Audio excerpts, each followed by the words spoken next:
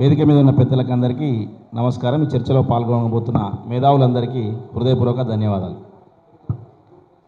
తెలంగాణ రాష్ట్ర ఉద్యమం జరిగేటప్పుడు మందకృష్ణన్న సామాజిక న్యాయం అన్నటువంటి మాట మాట్లాడిండు. ఆ టైంలో నేను ఒక రాసుకున్న సామాజిక న్యాయ పాట పాడి వినిపిస్తాను.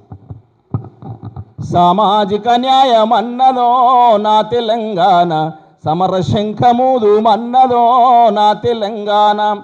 సామాజిక న్యాయం అన్నదో నా తెలంగాణ, సమర శంఖమూదు మన్నదో నా తెలంగాణ. కమ్మరి కుమ్మరి వాములు కాళీ కూలిన బతుకులు, చేనేత చేతుల మీద చరిత్రైన చీరలు. కమ్మరి కుమ్మరి వాములు కాళీ కూలిన బతుకులు, చేనేత చేతుల మీద చరిత్రైన చీరలు. బట్టాలుతికే బండలు సాకాలోళ్ళ గుండెలు, బట్టాలుతికే బండలు సాకాలోళ్ళ గుండెలు. దొరగడీలు దున్ను మన్నై రైతు నాగలి దుంపలు.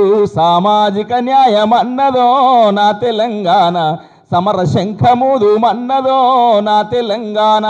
అంబేద్కర్ వారసులు అగ్గయ్యి మండినారు, పూలే వారసులంతా పులులయ్యి లేచినారు. పూలే వారసులంతా పులులయ్యి లేచినారు.